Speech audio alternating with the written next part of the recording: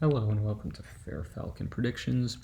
There are a couple points I wanted to address that I did not mention in the last video, give or take a bit. So I've seen these final predictions and I'm not 100% in alignment with, but I do agree more with the Red Eagle on these than Let's Talk Elections. And his have actually gotten more reasonable as time has come along, even if we might not agree on everything. And the next part is I want to apologize for lack of content. I did contract COVID, my voice is still recovering. It's been a while and it's a process, but that, along with some general busyness, has prevented me from overall getting out some things sooner to y'all. But the presidential race will be picking up as it goes with every cycle sooner and sooner. And with that, we will be covering things not only past the post analysis, but a little after that as well. So stay tuned for that. Hopefully, you don't get COVID again. But these governor's elections, a lot of them, we're just going to jump into it without much further to do. We're going to start with some safe Democratic states. So California, Newsom is going to do worse than Biden and Padilla, but it's not going to change. And there's really not much to talk about here. Never thought the recall would be competitive. It was not. So we added some more columns here. I am moving Colorado governor from likely to safe Democrat. There is just no chance that Heidi Ganahl, even as the better candidate compared to her Republican primary opponent, is going to unseat Jared Polis. He's very popular in terms of his COVID handling by comparison. All you have to do is not be the worst these days. That gets you a lot in the Democratic Party as it's drifting further left. And Hawaii, it is going to be safe Democratic, although Duke Aona, who's a semi-perennial candidate at this point, may make it a little closer against Josh Green, but frankly, the voters of Hawaii are probably going to reward Democrats to some extent for finally getting rid of David Ige. And no safe Democratic races anywhere in the Midwest for the governor's races except Illinois. J.B. Pritzker is one of the people who's not, by comparison, as corrupt as the others before him, partially because he's just so damn wealthy. And Darren Bailey is not exactly someone who you want to run in a race like this. I forgot his name, but the mayor from one of these Chicago collar counties would have been a much wiser pick for the Republicans, but as we know, they do enjoy shooting themselves in the feet these days, or foot, as one may say. So Maryland, that is safe. Dan Cox is not a good candidate, although he will do better than Chafee as well as Trump, but there's just no chance he's going to win it. And so there are, looks like, no other Democratic safe states in the column I would rate besides a couple up here. I would rate Massachusetts as safe Democratic. Jeff Deal is not as bad of a candidate as some people make him out to be, but there's just no chance he is going to win, although he will do better than Trump, and maybe he'll even win his home county again like he did against Elizabeth Warren. And so Connecticut, this one's going to be a little narrower, but it's going to be one of the only ones that expands from 2018 to 2022. And of course, Stefanowski will do better than the Republican for Senate as well as Trump, but there's just no chance he's going to win in a year like this. So that does it for our safe Democratic states. Moving on to our safe Republican states. Texas, I'm moving from likely to safe Republican. There's just no chance that Beto O'Rourke is going to win this governorship. Texas is still a red state, even though it's not to the level of California, and Abbott has differentiated himself enough in the issues. And frankly, he's not even going to be the worst performing statewide Republican in Texas this time, despite getting the lion's share of the comparative attention. That's going to be Ken Paxton, followed by Dan Patrick. Oklahoma, I'm not buying the hype at all, even though Stitt will do much worse than Trump. Again, it is still safe. There's no chance that Hoffmeister wins.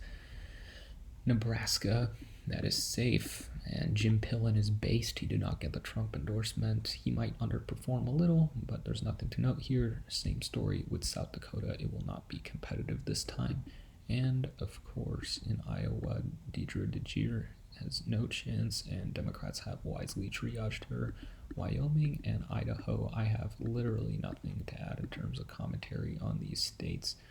And Arkansas, Huckabee, you know what? Father Huckabee will essentially be the governor again. It's going to be a Lurleen Wallace type, except father-daughter situation here. He's going to have her ear constantly. Tennessee, I have no commentary to add here whatsoever. Same goes with Alabama, South Carolina. Even most of liberal election Twitter has it as safe, and I don't know what Cunningham was thinking. Ron DeSantis, I'm moving this from likely to safe Republican. He's going to do even better than Marco Rubio, which I would not have said a few weeks ago, but he is very impressive, and frankly, Republicans would be better off with him instead of Trump.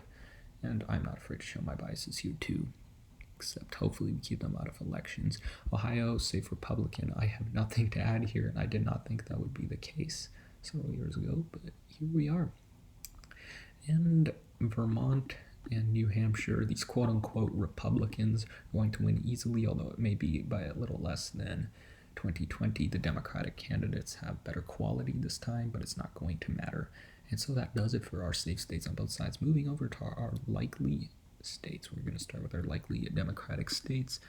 The governor here is going to defeat Ashley Callis, but it may not be by a stunning margin, and he's not going to grow or go anywhere. But this is a state that still does like their moderate Republicans down ballot, and she's not very good at faking it. I am kind of white-pilled about Rhode Island, I will tell you that. Our next likely Democratic state is honestly non-existent. I don't see another likely Democratic state on this map, unless I am missing something that we'll get back to. But without further ado, our likely Republican states: Georgia governor. I really don't have much to add here besides the Beto O'Rourke of Georgia is not even going to force a runoff. There's no chance of that happening this time. Even though she didn't last time, there was a chance. Our other likely Republican states: Bill Walker is going to win despite the Peltola hype and Murkowski doing well. He is not very controversial. He's just an improved version of Nick Bajich, essentially. And I think that does it for our likely Republican states. So we move over to our lean Democratic states. Maine governor, especially, since if I'm reading this correctly, you don't have to have the RCV issue here, and I do think with less coverage of this race that Jeanette Mills will eke it out, although who knows. I also thought Sarah Gideon would eke it out, so it would not surprise me if I'm wrong.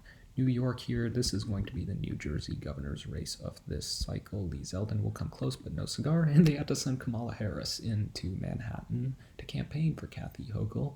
Frankly, probably one of the only areas in this midterm where she could go, and that would be beneficial to said Democratic nominee. And so Minnesota, Scott Jensen is a libertarian weirdo. His lieutenant governor pick is not going to matter very much. I believe Peggy Flanagan is running with Tim Walz again. That should be 4 or 5 points or so. And I do have margins that are in a spreadsheet that are linked on an account.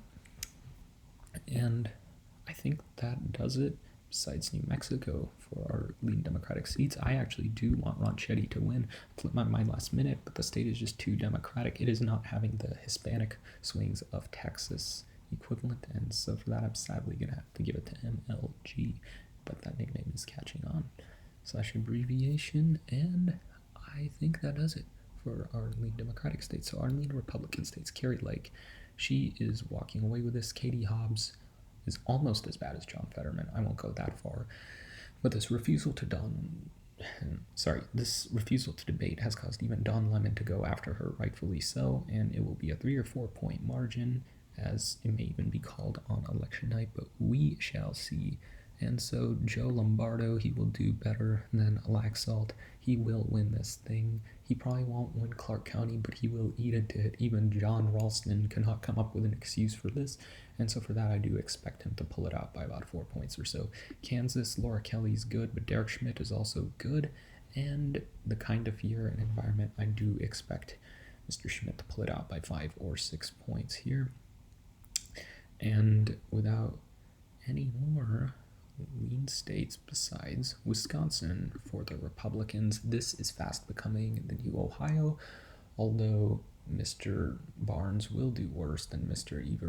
Evers, who had to have a new running mate, will still lose this race by 3 points or so to Michaels. I'm a little hesitant whether 2 or 3, but 2.5 or so. Yeah, that makes sense. And so that does it for lean states in all the columns. And so you'll go to tilts. Oregon, I'm going to tilt Republican, although I would not be surprised. There is some late momentum for the Democrat in this race, one of the few races across the country on any major level that's trending towards the Democrats, as Betsy Johnson is dying out.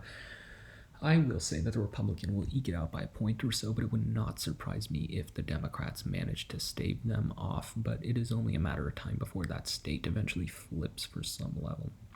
So I'll already spoil it for you. These last two states are going to be tilt Democratic. I do think James Craig would have won. I think both of these are cases of not so great nominees, although one is obviously worse than the other. And I do ultimately think that Whitmer will survive by a similar margin to Biden, maybe a little less or so. But we shall see, even as coalitions do shift around a little bit. Pennsylvania, it's really hard to find a way for Mastriano to win at this point. I would almost be mildly surprised. I would maybe even put it as lean, but we'll keep it as tilt for now. Shapiro 50 to 48 or so, similar to Michigan, just because Michigan's a bluer state. But yeah, it's going to be closer than people think. But generally, in polling averages, Democrats keep their numbers in the state of Pennsylvania, and Republicans win 80 to 90% of the undecideds. But Shapiro being at 51 or 52, as Radio said it, paraphrase him, is kind of damning. So we're just going to have to go with that. And that is our ultimate balance of power in the governorships across the country. Thank you for tuning in. We'll have a House race prediction for you later today without the margins. You can find the margins on other spreadsheets and stuff that belong to this. But yeah, thanks for tuning in, and hope to see you shortly. Take care.